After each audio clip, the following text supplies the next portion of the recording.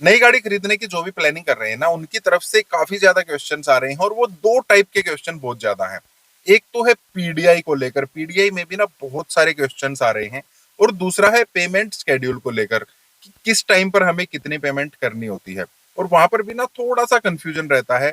हम लोग कुछ सोच रहे हैं कि इस टाइम तक हम पूरी पेमेंट नहीं देंगे, लेकिन एक टाइम आता है जब हमें पूरी पेमेंट देनी ही होती है। वो कहाँ पर है, किस टाइम पर हमें देनी है। तो पीडीआई में कौन से क्वेश्चंस आ रहे हैं और पेमेंट टर्म्स को लेकर कौन से क्वेश्चंस आ रहे हैं, चलिए दोनों पर बात कर लेते हैं। हेलो, मेरा नाम है अमित और आप देख रहे हैं डेली ऑटो लाइफ। और अगर आपके पास भी कोई क्वेश्चंस है इन्हीं चीज से रिलेटेड या कोई भी आपके पास क्वेश्चंस है, आप नई गाड़ी ले रहे हैं, कौन सी गाड़ी आपके लिए बढ़िया है, डीलर के स्कैम से कैसे बचना है, ट्रिक्स को कैसे देखना है, कैसे हमें वो जो कोटेशन मिली है उसको समझना है, मतलब बहुत सारे क्वेश्चंस होते हैं नई गाड़ी को लेकर। उनके लिए भी आप मुझे कॉन्टेक्ट कर सकते हैं। सबसे पहले हम पीडीआई को लेकर बात करते हैं। वहां पर एक क्वेश्चन ये सबसे ज्यादा आता है कि जब हम डीलरशिप के पास गाड़ी की पीडीआई करने के लिए उसको बोलते हैं ना कि हम गाड़ी की पीडीआई बाहर से कराएंगे, थर्ड पार्टी से कराएंगे, तो वहां पर डीलर हमें मना कर देता है। वहां पर जो सेल्स पर्सन है वो मना कर देते हैं कि हम बाहर से पीडीआई अलाउ नहीं करेंगे। या एक बार ये भी बोल देते हैं कि हम पीडीआई अलाउ तो कर देंगे, लेकिन वहां पर जो वो ओबीडी टूल होता है जो सिस्टम को स्कैन करता है ना, उसके लिए हम आपको अलाउ नहीं करेंगे। ये ओबीडी टूल क्या होता है, सिस्टम में एक जगह एक प्लग हम कर देते हैं और लैपटॉप पर सिस्टम में हम चेक करते हैं कोई इशू तो नहीं है, सिस्टम सारे काम कर रहे हैं नहीं कर रहे हैं, जो सॉफ्टवेयर है गाड़ी में वो प्रॉपरली वर्क कर रहा है नहीं कर रहा है, इंटीग्रेटेड सब कुछ ठीक है कि नहीं है। अब उसी चीज का यूज जो वो ओवीडी पोर्ट होता है ना, उसी चीज का यूज कार कंपनीज भी करती हैं, मतलब सर्विस सेंटर भी करते हैं। हमारी गाड़ी में कोई प्रॉब्लम आती है, किसी फंक्शनिंग में प्रॉब्लम है, सॉफ्टवेयर से रिलेटेड है, तो वहां पर उसको अटैच करते हैं, गाड़ी बता देती है प्रॉब्लम क्या है। यही चीज बाहर के जो पीडीआई वाले ना वो भी करते हैं। लेकिन काफी जगह पर ये शिकायतें आई हैं, ये प्रॉब्लम्स आई हैं कि जो थर्ड पार्टी ओबीडी टूल होता है ना, वो गाड़ी में लगाने के बाद कभी कभार जो नई गाड़ी है उसमें वायरस चला जाता है। अब देखिए, लगता तो वो सिस्टम के थ्रू ही है। अब वायरस जाने के बाद या तो उस गाड़ी में ग्लिच आ जाता है, या उस गाड़ी का जो सॉफ्टवेयर है वो करप्ट हो जाता है पूरी तरीके से। अब उसको रिकवर करने के लिए या नया सॉफ्टवेयर इंस्टॉल करने के लिए बहुत बार जो डीलरशिप है, जो सर्विस सेंटर है, उनको काफी मगजमारी करनी पड़ती है। एक नई गाड़ी खड़ी है, बाहर से कोई बंदा आया, उसने उसमें ओबीडी टूल लगाया, गाड़ी का सॉफ्टवेयर करप्ट हो गया। अब वो पीडीआई वाला क्या बोलेगा, सर ये गाड़ी तो ना ठीक नहीं है, इसके तो सॉफ्टवेयर में प्रॉब्लम है, जबकि डीलर की तरफ से उसमें कोई भी प्रॉब्लम नहीं है। तो काफी ज्यादा ये दिक्कतें आई हैं, इस वजह से वो ओबीडी टूल के लिए मना कर देते हैं।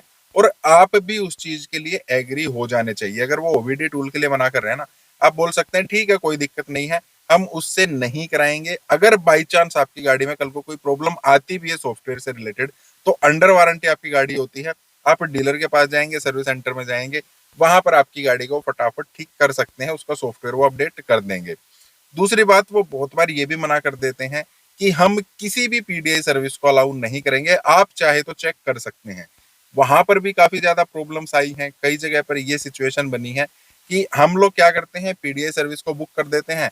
अब पीडीआई सर्विस को पता है कि आप कौन सी गाड़ी लेने वाले हैं, वो पहले ही वहां पर कांटेक्ट करते हैं, उस डीलर को कांटेक्ट करते हैं कि कल आपकी ये गाड़ी की जो पीडीआई है वो करने के लिए मैं आ रहा हूँ, अगर आप मुझे कुछ पैसे देते हैं, ठीक है, आप मतलब वो ब्राइब के लिए बोल रहा है कि अगर आप मुझे कुछ पैसे दे रहे हैं, 2000 4000, तो ठीक है मैं आपकी गाड़ी को पास कर दूंगा पीडीआई में, अदरवाइज मैं इस गाड़ी को फेल कर दूंगा, कस्टमर आपसे गाड़ी नहीं लेगा। ये भी काफी शिकायतें आई हैं, इस वजह से वो बाहर से भी मना कर देते हैं। इस सिचुएशन को आप टैकल कैसे कर सकते हैं, आप किसी भी पीडीआई सर्विस वाले को अगर बुक कर रहे हैं, वो अगर उसी शहर का, आपके शहर का, तो आप उनको बोलिए मैंने 2 3 गाड़ियां जो है ना वो सिलेक्ट कर रखी हैं, अलग अलग डीलरशिप पर कर रखी हैं। अब कल कौन सी गाड़ी को हम सेलेक्ट कर रहे हैं, सुबह मैं आपको बता दूंगा, आप आइए और मेरी गाड़ी को चेक कर दीजिए। उससे उस पीडीआई सर्विस वाले को उस डीलर से कांटेक्ट करने का कोई टाइम नहीं मिलेगा, या आप डायरेक्ट पीडीआई वाले के पास भी जा सकते हैं कि कल सुबह मैं आपको पिक कर लूंगा और चलते हैं गाड़ी को चेक करने के लिए। अब उसको पिक कीजिए और साथ में अपने साथ ले जाइए और गाड़ी को आप चेक कर सकते हैं। वो अगर बोले कहाँ जाना है मुझे कैसे पता होगा, सर्विस ज्यादा हो जाएगी, फीस ज्यादा एक्चुअली हो जाएगी, तो आप बोल सकते हैं यार सिटी में ही है 3 4 तो शोरूम है, किसी एक पर चल लेंगे, कल हम आपको फाइनल कर देते हैं। तो पीडीआई के लिए इस तरीके से कभी कभार डीलर भी ठीक रहता है, आप भी ठीक है। जो ये सिचुएशंस बनती है ना, इनसे आपको बच के रहना, इस तरीके से आप बच सकते हैं। दूसरा, पेमेंट को लेकर काफी ज्यादा प्रॉब्लम्स आ रही हैं। अब अक्सर मैं ये बोल तो देता हूँ कि जिस दिन आप गाड़ी ले रहे हैं ना, उस दिन से पहले आपको पूरी पेमेंट नहीं करनी है। उसमें आपके फंसने के चांसेस ज्यादा रहते हैं। हो सकता है आपने 2 दिन 3 दिन पहले पेमेंट कर दी है, अब गाड़ी में आपको कोई प्रॉब्लम आ गई है, आपने पहले पीडीआई करा ली है, उसके बाद आपने पूरी पेमेंट कर ली है, अब जिस दिन आप गाड़ी लेने के लिए जा रहे हैं उस दिन डील में कोई गड़बड़ हो जाए, बहुत सारी चीजें होती हैं। या 2 दिन के अंदर अंदर उन्होंने गाड़ी किसी और को ही बेच दी है, आप गाड़ी लेने के लिए जा रहे हैं, आपको गाड़ी ना मिले, आपकी पेमेंट भी फंस गई है, आपको गाड़ी भी नहीं मिल रही है। मतलब पहले आप पेमेंट दे रहे हैं ना, तो अनगिनत टाइप के सिनेरियोज हो सकते हैं, वहां पर आपको प्रॉब्लम हो सकती है। लेकिन यहाँ पर एक चीज आपको और समझनी है, बहुत सारे लोग क्या बोलते हैं, जब तक मेरी गाड़ी रजिस्टर नहीं हो जाएगी तब तक मैं उनको पूरी पेमेंट दूंगा ही नहीं। और यहाँ पर डीलर क्या कह रहा है, जब तक आप पूरी पेमेंट नहीं देंगे तब तक हम आपकी गाड़ी रजिस्टर नहीं करेंगे। यहाँ सिचुएशन क्यों बनती है ऐसी और आपको पेमेंट कब करनी है ये समझिए थोड़ा सा। होता क्या है देखिए, जिस दिन डिलीवरी डे है उस दिन तो आपको पेमेंट पहले करनी ही पड़ेगी। आप डीलरशिप पर पहले गए, सुबह सुबह आप पहुंच गए हैं, जिस भी टाइम आप पहुंच गए हैं वहां पर जो आपको डाउन पेमेंट करनी थी, लोन से अलग जो भी आपको पेमेंट करनी थी वो आपने उनको दे दी है। अब आपको लोन भी उनको ट्रांसफर कराना पड़ेगा। क्यों कराना पड़ेगा, हम मान लेते हैं आपने 1 लाख रुपए डीलर के रोक लिए हैं, ठीक है, आप डीलर को बोल रहे हैं कि पहले मेरी गाड़ी रजिस्टर कर दीजिए प्रॉपर तरीके से, उसके बाद मैं पेमेंट करूंगा। मान लेते हैं डीलर आपकी बात मान गया है, उन्होंने गाड़ी आपके नाम कर दी है, इंश्योरेंस गाड़ी का कर दिया है, आरटीओ रजिस्ट्रेशन जो गवर्नमेंट के पास पता लगता है कि ये गाड़ी किसके नाम गई है वो भी उन्होंने आपके नाम कर दी है, ऑफिशियली गाड़ी आपके नाम हो चुकी है। अब आप उनको 1 लाख रुपए देने को मना कर दें तो वो क्या करेंगे, वहां पर तो सिचुएशन आ गई ना, ऑफिशियली तो गाड़ी के मालिक आप हो गए हैं, गवर्नमेंट के रिकॉर्ड्स में भी हो गए हैं, बिल भी आपके नाम कट चुका है। अब अगर कस्टमर मना कर दे तो डीलर क्या करेगा, कुछ भी नहीं कर सकता है। दूसरी सिचुएशन मान लेते हैं आपने पहले पूरी पेमेंट उनको दे दी है, अब डीलर गाड़ी देने से आपको मना कर दे, अपनी डील से मुकर जाए, उस केस में आप क्या कर सकते हैं, उस केस में आप अपने पैसे वापस ले सकते हैं। ठीक है, जब तक आप मान लेते हैं आपने लोन भी ट्रांसफर करा दिया है, लेकिन जब तक डीलर अपनी तरफ से बैंक को ये कंफर्मेशन नहीं भेजेगा कि ठीक है आपने लोन तो ट्रांसफर कर दिया है, एक किस्म से बैंक की तरफ से ना डीलर को ये मतलब इन्फॉर्मेशन आती है कि इस कस्टमर का इतना पैसा हम आपको दे देंगे। लेकिन वो देंगे जब जब आप वो डिलीवरी नोट हमें देंगे, मतलब आपने कस्टमर को गाड़ी दे दी है। वो सिचुएशन थोड़ी सी फिर भी सरल है, आपकी डील कैंसिल हो जाती है, पैसे वैसे आपके रिफंड हो जाएंगे, वो ठीक है।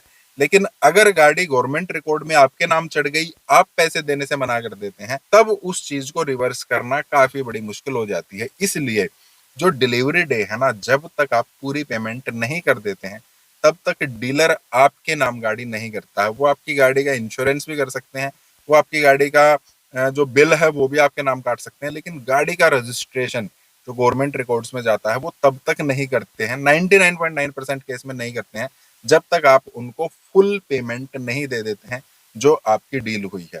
तो ये बात आपको समझनी है, गाड़ी का रजिस्ट्रेशन होने से पहले आपको फुल पेमेंट करनी जरूरी होती है, ये जरूरी है। यहाँ आपको नहीं रुकना है, यहाँ कोई घोटालेबाजी नहीं हो रही है, उतनी पेमेंट तो आपको, मतलब वो सारी पेमेंट उस टाइम से पहले तो आपको करनी ही पड़ेगी। तो ये दो चीजें थी, पीडीआई और पेमेंट को लेकर काफी ज्यादा प्रॉब्लम थी। और भी अगर आपको कोई प्रॉब्लम है, आप गाड़ी लेना चाहते हैं, कोई भी आपको क्वेश्चन दिमाग में आ रहा है, तो आप मुझसे कॉन्टेक्ट कर सकते हैं। बाकी इस टाइप के वीडियोस के लिए लाइक करना, चैनल को सब्सक्राइब करना। मिलते हैं, थैंक यू।